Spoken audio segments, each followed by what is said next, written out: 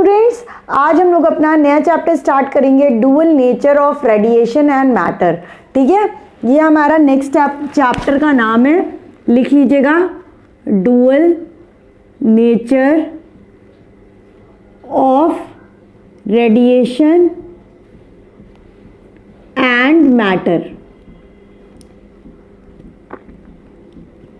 ठीक है, यहाँ पे हम लोग क्या डिस्कस करने जा रहे हैं, इलेक्ट्रॉन एमिशन। हमारा फर्स्ट टॉपिक जो होगा वो क्या होगा, इलेक्ट्रॉन एमिशन पे होगा। जो टॉपिक है आपका ये है इलेक्ट्रॉन एमिशन। अब यहाँ पे एक बात समझिएगा, मेटल जो होता है उसके पास क्या होते हैं, फ्री इलेक्ट्रॉन्स होते हैं। ठीक है, फ्री इलेक्ट्रॉन्स होते हैं मतलब इलेक्ट्रॉन मूव करते रहते हैं। ठीक है, जिसकी वजह से वो कंडक्ट करता है इलेक्ट्रिसिटी। नेक्स्ट आपकी बात ये आती है, फ्री इलेक्ट्रॉन होते हैं मेटल में, क्या वो बाहर आ सकते हैं? ठीक है, तो यहाँ पे देखिएगा, फर्स्ट पॉइंट आप जो लिखेंगे, metals have free electrons. Metal के पास, एक मेटल है, मान लीजिए मेटल है, ठीक है, इसके पास फ्री इलेक्ट्रॉन होंगे। ठीक है,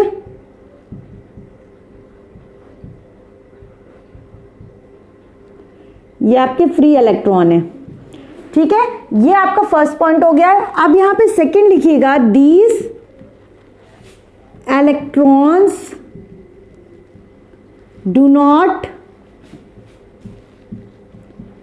कम आउट फ्रॉम मेटल। ये मेटल, फ्री इलेक्ट्रॉन्स तो मेटल में है, क्या ये बाहर आ जाएंगे, बाहर जंप आउट हो सकते हैं? तो ये इसका रीजन है नो। ठीक है, these electrons do not come out from metal. Metal से बाहर नहीं आ पाएंगे। किस रीजन इसके क्या होते हैं, रीजन जो होता है, पहला इसका होता है, देखो इलेक्ट्रॉन यहाँ से, मतलब इससे यहाँ पे आ गया तो ये पॉजिटिव चार्ज हो गया, ये पॉजिटिवली चार्ज हो गया, ये निगेटिवली चार्ज हो गया। ठीक है, ये निगेटिव चार्ज, इसके बीच में क्या होगा, स्ट्रॉन्ग इलेक्ट्रोस्टैटिक फोर्स होगा, स्ट्रॉन्ग इलेक्ट्रोस्टैटिक फोर्स। एक तो ये हो गया आपका रीजन। ठीक है, अब यहाँ पे बात होती है, इनके बीच में क्या होता है, पोटेंशियल एनर्जी होती है। इन सब के बीच में क्या होती है, पोटेंशियल एनर्जी। तो सेकंड पॉइंट क्या हो गया, स्ट्रॉन्ग पोटेंशियल एनर्जी। तो यहाँ पे मुद्दा आपका क्या था कि मेटल है आपका, उसके पास फ्री इलेक्ट्रॉन है। क्या फ्री इलेक्ट्रॉन मेटल के बाहर आ सकते हैं? तो नहीं आ सकते अभी के लिए। क्यों? उसके दो रीजन है, इलेक्ट्रोस्टैटिक फोर्स और स्ट्रॉन्ग पोटेंशियल एनर्जी। ठीक है, इसको नोट डाउन कर लीजिएगा।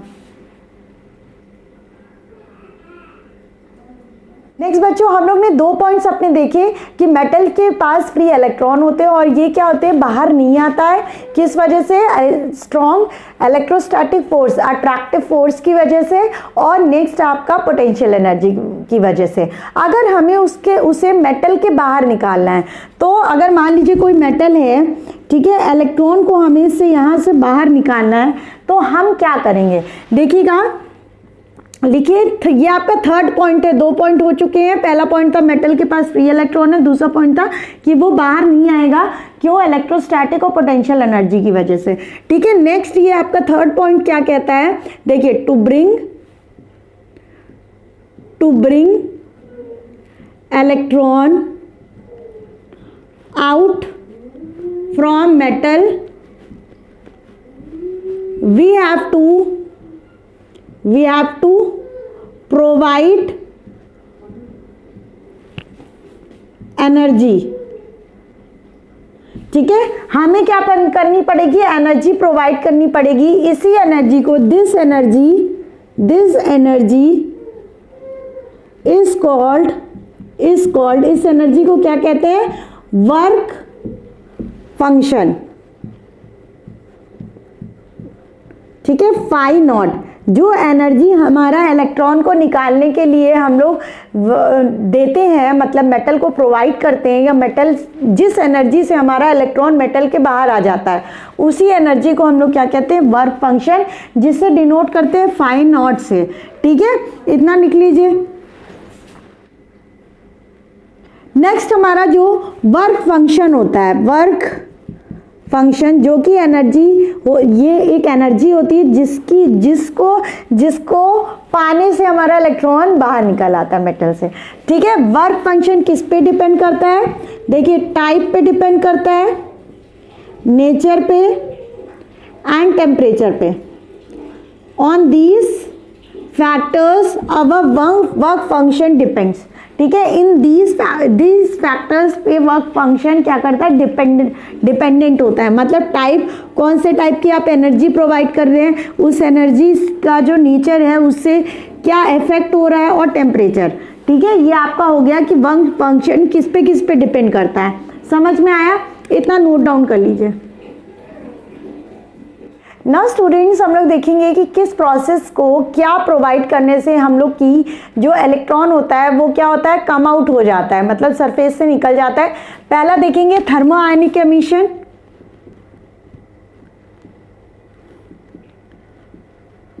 नाम से ही पता चल रहा होगा, इसमें हम लोग क्या करते हैं? वो हीट प्रोवाइड करते हैं। ठीक है, मान लीजिए ये फिलामेंट है, जैसे बल्ब का फिलामेंट आप लोग ने देखा होगा, वैसे ही आपका ये फिलामेंट है। ये आपका सेल लगा हुआ है, हम लोग क्या कर रहे हैं? हीट प्रोवाइड कर रहे हैं। और हीट कैसे प्रोवाइड कर रहे हैं? देखिएगा 2500 केल्विन से 3000 केल्विन। तो with the help of heat और बाय द प्रोवाइडिंग हीट, ठीक है, by providing heat or with the help of heat, electron comes out from the surface. This is called thermoionic emission. ठीक है, next आपका होता है field emission.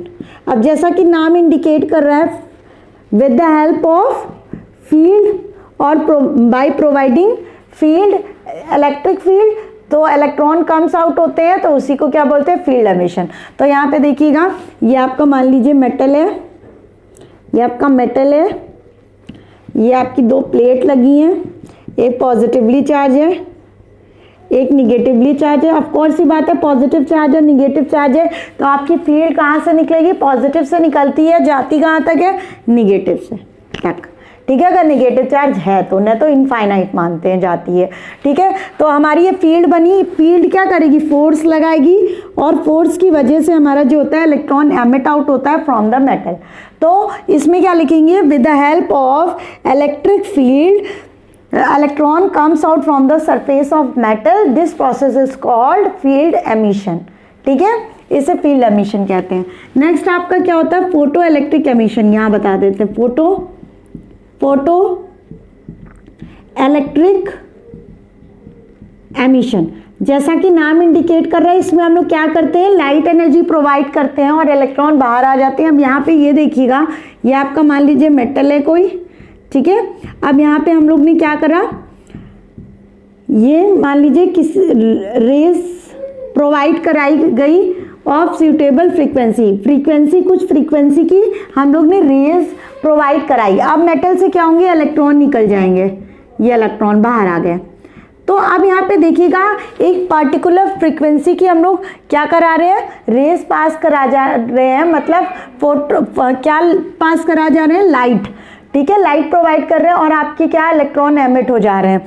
तो आपकी यहाँ पे ऐसी फ्रीक्वेंसी, तो यहाँ पे देखिएगा एक टर्म आता है थ्रेशोल्ड फ्रीक्वेंसी। ठीक है, थ्रेशोल्ड फ्रीक्वेंसी क्या होती है? जिस फ्रीक्वेंसी पे आपके इलेक्ट्रॉन बाहर आ जाते हैं मेटल से, उस फ्रीक्वेंसी को हम लोग क्या बोलते हैं? Threshold frequency. तो यहाँ पे थ्रेशोल्ड फ्रीक्वेंसी की डिफिनेशन लिख लीजिएगा। फ्रीक्वेंसी डालिएगा, the frequency which is useful in emitting the electron from its surface, from the surface of metal भी कर सकते हो, from या from the surface of metal लिख दो, from the surface of metal this frequency is called threshold frequency. ठीक है, इसे कैसे रिप्रेजेंट करते हैं? न्यू नॉट ठीक है, अब हम लोग ने देख लिया वर्क फंक्शन क्या होता है, ऐसी एनर्जी जिससे इलेक्ट्रॉन निकलते हैं। और जब इसमें क्या होता है, लाइट वाले फोटो इलेक्ट्रिक एमिशन में क्या होता है, लाइट प्रोवाइड करते हैं पर्टिकुलर फ्रीक्वेंसी की, जिस फ्रीक्वेंसी पे आपके इलेक्ट्रॉन मेटल के बाहर आ जाते हैं उसे थ्रेशोल्ड फ्रीक्वेंसी बोलते हैं। ठीक है, इतना नोट डाउन कर लीजिएगा। और डेफिनेशन मैंने ऑलरेडी बता चुकी है, फोटो इलेक्ट्रिक की डेफिनेशन बता देते हैं बाय यूजिंग क्या, फोटो इलेक्ट्रिक एमिशन में क्या लिखोगे, by using light energy the electron comes out from the surface of metal, this is called photo electric emission, this process is called photo electric emission. ठीक है, इसे note down कर लो। Now students, हमारा next topic है वो photo electric effect देखेंगे। देखिएगा, हम लोग ने एक क्लोज चैम्बर लिया है, ठीक है, इसमें ये 2 प्लेट्स लगी हुई हैं, इसे सेंसिटिव प्लेट है, ये फोटो सेंसिटिव प्लेट या फोटो सेंसिटिव प्लेट है, और ये आपका कलेक्टर है, सी फॉर कलेक्टर। ठीक है, और ये आपका क्या है, क्वार्ट्ज विंडो।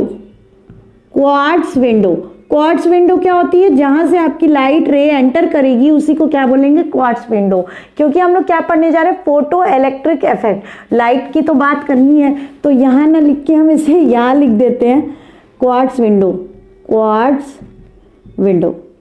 ठीक है, जहां से लाइट एंटर करती है उसे क्वार्ट्ज विंडो कहते हैं। अब यहाँ पे ये समझिएगा, क्लोज चैम्बर है ये वाला।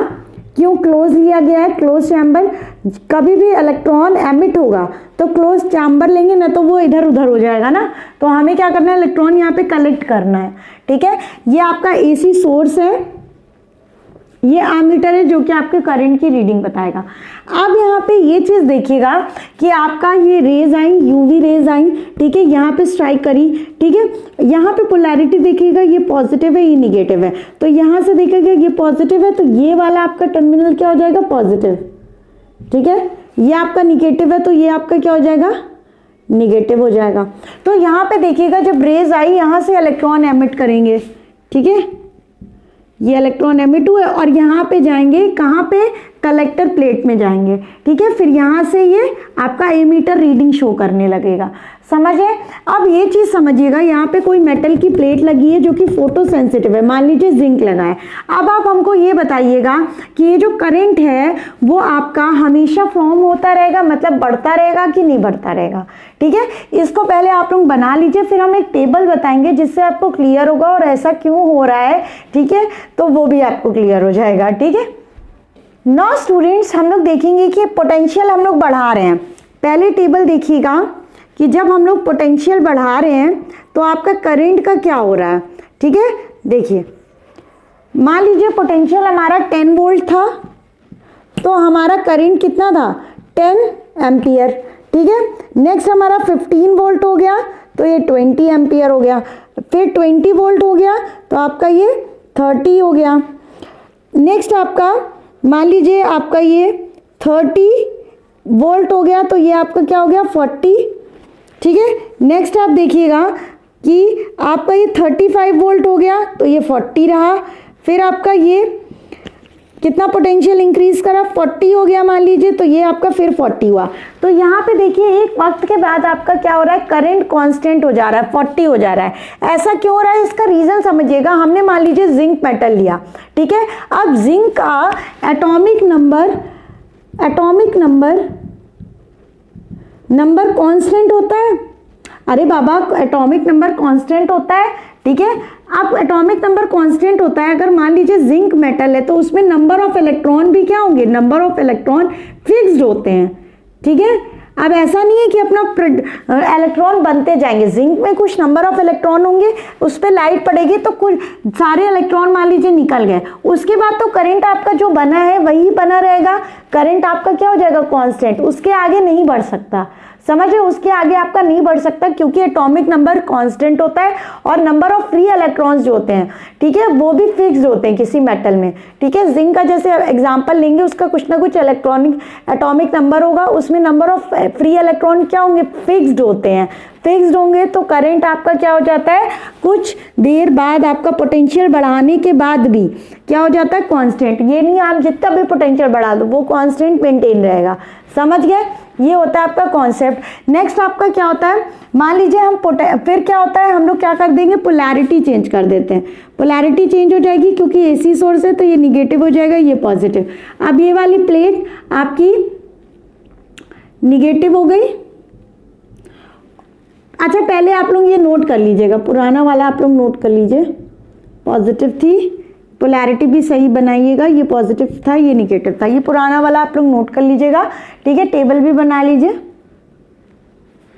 ना स्टूडेंट्स, हम लोग ने ऑलरेडी एक टेबल देख चुका है, जब आपका ये पॉजिटिव टर्मिनल था ये निगेटिव टर्मिनल था, तो आप ये देखिए इलेक्ट्रॉन क्या होगा, पॉजिटिव टर्मिनल की ओर जाएगा ना। पहला जो हम लोग ने केस ये वाली टेबल बनाई तो हमारा इलेक्ट्रॉन इस साइड मूव करेगा कलेक्टर प्लेट की साइड, ठीक है। और ये हमारा था, ये याद रखिएगा, ये माइक्रो एम्पियर में ले लीजिएगा यूनिट, माइक्रो एम्पियर। छोटा करंट बन रहा है ना, बड़ा मत बना लीजिएगा, ठीक है। तो ये हो गया कॉन्सेप्ट। अगर आप पोलैरिटी चेंज होती है, मान लो ये आपका क्या हो जाता है, निगेटिव और ये पॉजिटिव हो जाएगा, तो ये वाली प्लेट आपकी क्या हो जाती है, निगेटिव हो जाएगी, ये आपकी क्या होगा, पॉजिटिव हो जाएगी।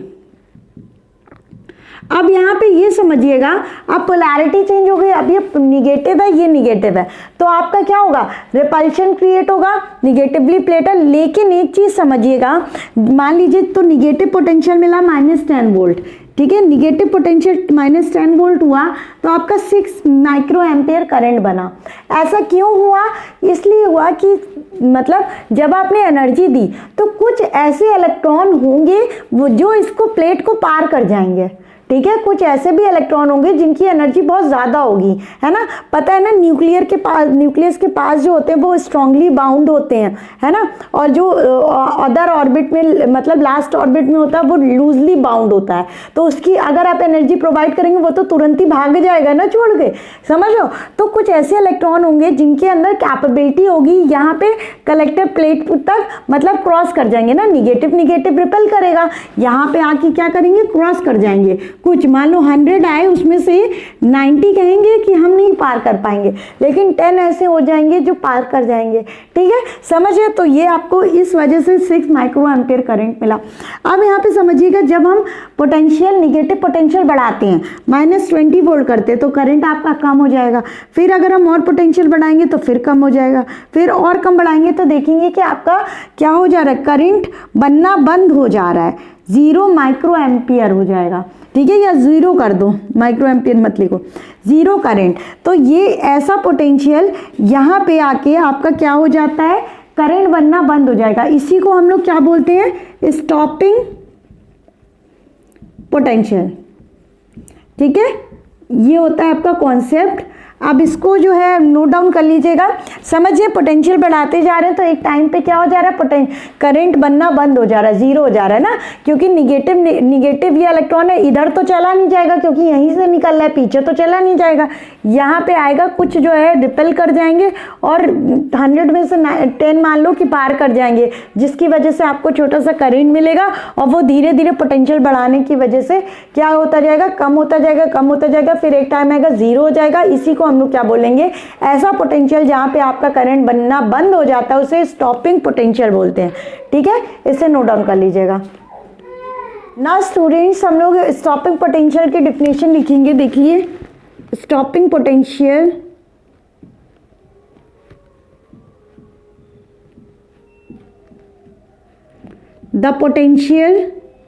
the potential at which photoelectric current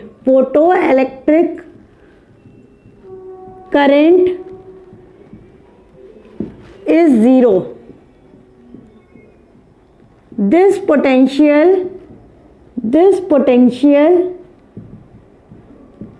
is called stopping potential, is called stopping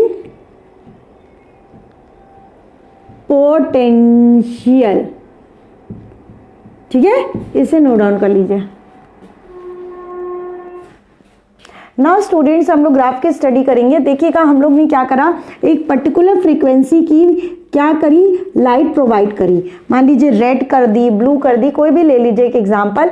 उसके बाद जब आपकी फ्रीक्वेंसी चेंज हो रही है, मतलब आप लाइट फ्रीक्वेंसी को चेंज करा रहे हैं, तो जो आपका स्टॉपिंग पोटेंशियल है वो भी चेंज होता जा रहा है। मान लीजिए पहले आपने किसी फ्रीक्वेंसी की आपने क्या करी, रेज प्रोवाइड कराई, तो उससे आपके क्या हुए, एक क्या होगा, पोटेंशियल होगा, निगेटिव पोटेंशियल होगा, जहाँ पे आपका करंट बनना बंद हो जाएगा। ठीक है, ये स्टॉपिंग पोटेंशियल होता है। नेक्स्ट आप देखेंगे जब आप उस लाइट को किसी और लाइट मतलब फ्रीक्वेंसी से पास कराएंगे, एज अ सेंस उस लाइट को हटा के दूसरे कलर की लाइट यूज़ करेंगे, मतलब दूसरी फ्रीक्वेंसी की लाइट यूज़ करेंगे, तो उसका जो होगा पोटेंशियल क्या होगा, वो चेंज हो जाएगा। नेक्स्ट तीसरे वाले की करेंगे तो तीसरे वाले का चेंज हो जाएगा। समझ में आया? अब यहाँ पे देखिएगा work done is equal to QV होता है, आपने पढ़ा है इलेक्ट्रोस्टैट्स में। ठीक है, अब यहाँ पे देखिएगा इलेक्ट्रॉन है और ये V0, ठीक है, V0 स्टॉपिंग पोटेंशियल। ठीक है, ये हो गया। अब आपके ये देखिए एक पहला फॉर्मूला ये हो गया, एक work done in the form of kinetic energy होता है। काइनेटिक एनर्जी क्या होता है, हाफ mv², मतलब इलेक्ट्रॉन को किसी वेलोसिटी से जब वो मूव करने लगा, काइनेटिक एनर्जी आ गई, वही kinetic energy as a form of work done होती है। ठीक है, यही work done kinetic energy, work energy theorem पढ़ा था ना, वही है। ठीक है, इनिशियली इलेक्ट्रॉन रेस्ट पे था तो U 0 हो जाता है। ठीक है, तो ये हो गया, तो यहाँ से ये इसको इक्वेट कर सकते हैं, eV0 is equal to half mv²। v small v क्या है, वेलोसिटी है, ये मास है, ये पोटेंशियल है, ये क्या है, चार्ज है, ये 1/2। इलेक्ट्रॉन का चार्ज क्या होता है, 1.6 × 10⁻⁻19 कूलम। ठीक है, इसे नोट डाउन कर लीजिएगा। ना स्टूडेंट्स हम लोग एक चीज़ देखेंगे कि जो हम लोग ने प्रीवियस देखा कि क्या होता है, स्टॉपिंग पोटेंशियल जो होता है उस पर आपकी फ्रीक्वेंसी पे डिपेंड करता है, मतलब फ्रीक्वेंसी पे आपका स्टॉपिंग पोटेंशियल डिपेंड करता है, ना कि इंटेंसिटी पे। ठीक है, इंटेंसिटी पे नहीं डिपेंड करता है, किस पे डिपेंड करता है, आप मतलब फ्रीक्वेंसी पे डिपेंड करता है। जो लाइट रे आप प्रोवाइड कर रहे हैं उसकी फ्रीक्वेंसी पे डिपेंड करता है कि आपका पोटेंशियल, स्टॉपिंग पोटेंशियल कहाँ पे होगा। समझ गए? ये समझ गया। आप यहाँ पे ये समझिएगा कि आइंस्टीन फोटो इलेक्ट्रिक इक्वेशन, ये हमारा नेक्स्ट टॉपिक जो है, इसमें देखिएगा जो आप लाइट प्रोवाइड कर रहे हैं वो लाइट क्या है, लाइट जो है, light is a form of energy, is a form of energy. और ये एनर्जी किस में होती है, पैकेट्स में होती है, पैकेट्स में होती है। इसी पैकेट्स को हम लोग क्या कहते हैं, फोटोन कहते हैं। ठीक है, फोटोन, बहुत सारे फोटोन मतलब बहुत सारे कलेक्टिवली जो पैकेट्स होते हैं उसी से आपकी क्या बनती है, लाइट बनती है। समझे? और लाइट क्या होती है, एज अ एनर्जी होती है, इसी को एनर्जी बोला जाता है। अब फोटोन की एनर्जी का फॉर्मूला लिख लीजिए। फोटोन की जो एनर्जी होती है वो होती है E is equal to HF। H क्या है, प्लैंक्स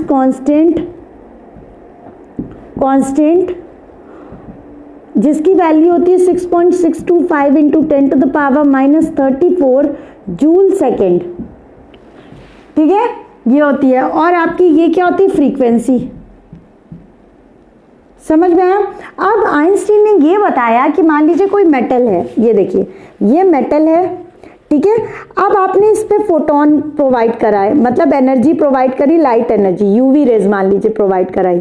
ठीक है, अब क्या हुआ, यूवी रेज जो प्रोवाइड कराई, वो जो एनर्जी फोटोन की एनर्जी आई वो दो पार्ट में स्प्लिट हो गई, एज अ सेंस दो तरह से यूज होगा। जब आपकी लाइट आई उसकी एनर्जी जो होगी वो दो तरह से यूज होगी। एक तो इलेक्ट्रॉन जो है आपका वो सरफेस तक आएगा, सरफेस पे आएगा।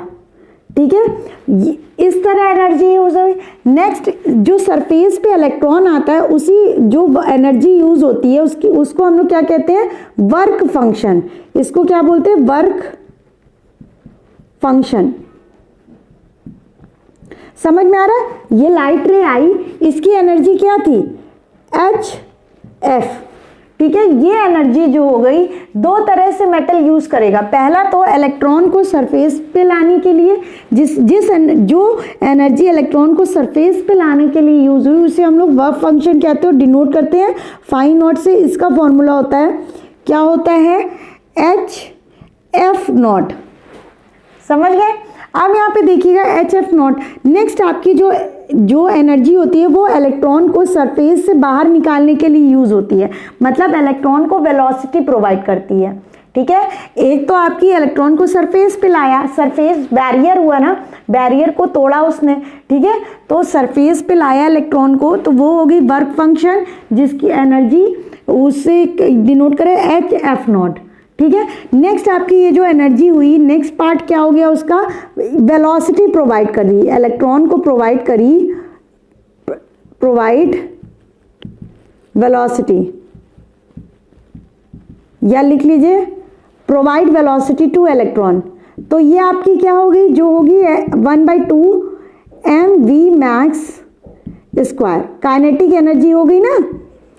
समझ में आया? मतलब ये जो फोटोन की एनर्जी है वो दो पार्ट में स्प्लिट हुई, एच एफ नॉट जो कि वर्क फंक्शन कहलाया और दूसरा हाफ mv स्क्वायर। तो अगर हम लिखना चाहें तो फोटोन की एनर्जी क्या हो गई, एच एफ, वो किसका सम होगी, फाई नॉट, है ना। पहली जो एनर्जी आई वो तो एक तो सरफेस पे लाने पे लगी, फिर इलेक्ट्रॉन को वेलोसिटी प्रोवाइड करने में लगी जो कि kinetic energy plus 1/2 mv max square. समझ में आया? अब यहाँ पे देखो हाफ mv मैक्स स्क्वायर क्या हो जाएगा, ये इज इक्वल टू क्या हो जाएगा, F H F minus phi naught. ठीक है, half mv max square is equal to H F minus phi naught की वैल्यू क्या होती है, एच एफ नॉट। समझ में आया? अभी हम लोग ने एक चीज डिराइव करी कि वर्क डन क्या होता है, ई वी नॉट, और एक और वर्क डन का फॉर्मूला होता है हाफ mv मैक्स स्क्वायर। तो ये इसको इक्वेट कर दिए थे, E V naught is equal to half mv max का स्क्वायर। ये अभी हम लोग ने इक्वेशन देखी, तो हम लोग इसकी जगह ये लिख सकते हैं ई वी नॉट, तो हम इसकी जगह क्या लिख दें, E V naught is equal to H F minus H F naught. ठीक है, V naught is equal to क्या हो जाएगा, H F upon E minus H F naught upon E. ये हो गया आपकी इक्वेशन। ठीक है, वी नॉट की वैल्यू क्या आ गई आपकी, यहाँ पे देखिएगा, यहाँ लिख दे रहे हैं V naught is equal to H F upon E minus H F naught upon E. अब यहाँ पे देखिए, अगर हम लोग को लैम्डा के फॉर्म में लिखना है, वेवलेंथ के फॉर्म में लिखना है, तो हम लोग क्या करेंगे, ये दिख रहा था, नहीं दिख रहा है शायद, यहाँ पे लिख दे रहे V naught is equal to क्या हो जाएगा, यहाँ से देखिए H F upon E minus H F naught upon E. ठीक है, अगर लैम्डा के फॉर्म में लिखेंगे तो V naught is equal to F, frequency क्या होता है ना, अगर हमें क्या करना है, लैम्डा के फॉर्म में लिखनी है तो क्या करेंगे, एफ की जगह सी बाई लैम्डा कर देंगे, minus C by lambda naught E. ये आपकी दोनों इक्वेशन हो गई, क्योंकि एफ इज इक्वल टू क्या होता है, सी बाई लैम्डा, है ना, या लैम्डा नॉट हो जाएगा। ये आपकी इक्वेशन हो जाएगी, Einstein photo electric equation. Student, जो भी हमने आइंस्टाइन की थ्योरी बताई है कि आपने क्या लिख दिया, फोटोन दिए, मतलब as a sense light. Now students, हमने जो भी थ्योरी बताई है कि आइंस्टाइन ने क्या बताया कि हमने क्या दिया, फोटोन दी, मतलब एनर्जी प्रोवाइड करी लाइट रे के फॉर्म में। ठीक है, उसकी जो एनर्जी होगी एच एफ होगी। ठीक है, वो एनर्जी यूज होगी दो फॉर्म में, एक तो आपका जो इलेक्ट्रॉन होगा एनर्जी पहले तो पाएगा और सरफेस से निकलेगा, सरफेस बैरियर क्रॉस करेगा। नेक्स्ट आपकी जो एनर्जी होगी वो आपके इलेक्ट्रॉन को वेलोसिटी प्रोवाइड करेगी और वो बाहर आ जाएगा। समझ गए? यही हमने ये पॉइंट्स लिख दिए हैं। देखिएगा, when the light energy HF falls on a metal surface, the electron will absorb this energy and this energy can be used in following two ways। मतलब जब लाइट एनर्जी पड़ी तो इलेक्ट्रॉन क्या करा, एनर्जी अब्जॉर्ब करा, और ये energy दो वेज में आपकी यूज हुई। कैसे यूज हुई, देखिए, a part of energy is use to overcome surface barrier and electron will come out from it. This part of energy is called work function phi naught is equal to H F naught. मतलब electron ने क्या करा, surface barrier को cross करा कुछ energy का use करके, जो एनर्जी यूज करी उसे वर्क फंक्शन कहा गया, जिसकी वैल्यू हो गई एच एफ नॉट। ठीक है। एफ नॉट क्या होती है, थ्रेशोल्ड फ्रीक्वेंसी, जहाँ पे आपकी इलेक्ट्रॉन जो होता है एमिट हो, मतलब निकल आता है सरफेस से, ठीक है। नेक्स्ट आपकी remaining part of energy is used in giving a velocity v to the emitted photo electron. Next आपकी एनर्जी यूज हुई, जो इलेक्ट्रॉन निकला है उसको वेलोसिटी प्रोवाइड करने के लिए, मतलब काइनेटिक एनर्जी के फॉर्म में निकल हुआ, ठीक है। तो यहाँ पे क्या हो जाएगा, ये लिख लो, यहाँ पे गड़बड़ हो गया, हाफ mv मैक्स स्क्वायर, ठीक है, ये एनर्जी के फॉर्म हो गई। तो हमने देखा जो HF आया और ये दो पार्ट में स्प्लिट हुआ, ये और इस पार्ट में, तो HF इज इक्वल टू ये प्लस ये हो जाएगा, ठीक है। और सारा डेरिवेशन तो हम करा ही चुके हैं ऑलरेडी, ठीक है, इसको नोट डाउन कर लीजिएगा। Hello students, kindly watch my other videos and don't forget to subscribe, like and also share my videos with your friends.